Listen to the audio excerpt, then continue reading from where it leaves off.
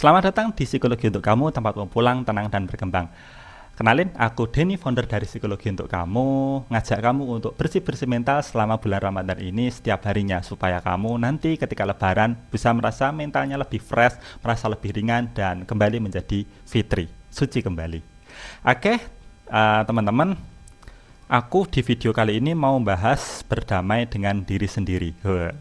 Ini topik yang kemarin ada yang request kayak gitu, maka aku buat videonya. Aku mau mengutip sebuah quotes dulu dari Mas Gun, salah satu penulis dari Yogyakarta yang sudah menulis 9 buku dan dia punya toko bukunya sendiri. Obral Buku Jogja namanya. Perjalanan paling jauh adalah perjalanan ke dalam, dari pikiran ke dalam hatinya sendiri. Nah, ini bisa kita kutip ya teman-teman, karena ya memang kalau ada juga yang mengatakan perjalanan yang paling jauh adalah perjalanan ke masa lalu. Tapi dalam hal ini, yang masih bisa mungkin untuk kita itu lakukan adalah melakukan perjalanan ke dalam diri. So, bagaimana kita berdamai dengan diri sendiri? Kita bedah satu per satu poin ya teman-teman. Berdamai dengan sendiri itu sebenarnya aku tuh sangat merekomendasikan buat teman-teman apabila ada permasalahan dengan internal diri sendiri itu ke terapis teman-teman. Kenapa? Karena dengan terapi itu bisa membuat kita jadi lebih terstruktur gitu treatmentnya. Kemudian bisa lebih aman, bisa lebih terpercaya gitu. Karena orang-orang yang melakukan terapi semestinya sudah mendapatkan certified terapis kayak gitu. Salah satunya adalah hipnoterapis. Sebenarnya ada teknik yang namanya part terapi dan segala macamnya. Tapi aku nggak akan bahas itu kan. Dan kalau misalkan teman-teman mau cari amannya adalah coba ke terapis. Tapi buat teman-teman yang mungkin belum sesiap itu untuk pergi ke terapis, aku akan bedah beberapa ya cara yang mungkin teman-teman bisa lakukan. Tapi kalau misalkan teman-teman masih belum maksimal ketika melakukan ini, aku tetap sarankan buat ke terapis. Oke, poin-poin yang bisa diutarakan adalah yang pertama, teman-teman, coba bisa mengenali kelebihan dan kekurangan diri. Jadi setiap manusia itu ada sisi kelebihan dan sisi kekurangannya. Semua manusia, dari manusia yang paling tidak terkenal sampai manusia yang paling terkenal, itu punya kelebihan dan kekurangannya sendiri. So, it's nggak apa-apa banget untuk kita itu memiliki kekurangan, teman-teman. Dan kalau misalkan kita belum menemukan kelebihan kita gimana? Ya, kita cari pelan-pelan. Hal apa yang kita itu lebih mudah untuk berkembang dibandingkan hal yang lain. Oke, itu. Kemudian, setelah kita mengenal kelebihan dan kekurangan, coba untuk menerima kekurangan kita. Menerima kekurangan dan mensyukuri kelebihan yang kita miliki. Karena nggak banyak loh orang itu yang mensyukuri kelebihan yang kita miliki. Kebanyakan hanya meratapi apa yang menjadi kekurangannya, mengutuk dirinya sendiri, bahkan kok aku nggak bisa gini ya, kok aku nggak bisa kayak orang lain ya, seperti itu dan seperti itu.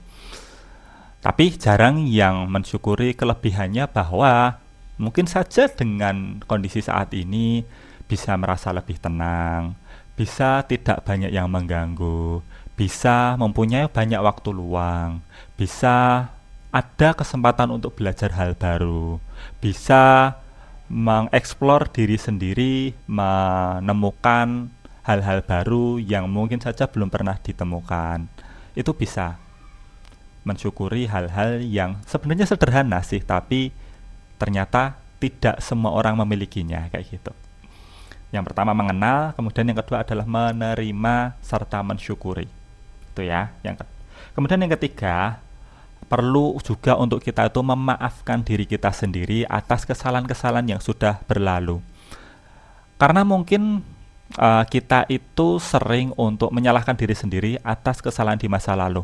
Ya, kesalahan memang perlu untuk dijadikan bahan refleksi ya, bahan pembelajaran. Tapi tidak perlu untuk terlalu menyalahkan.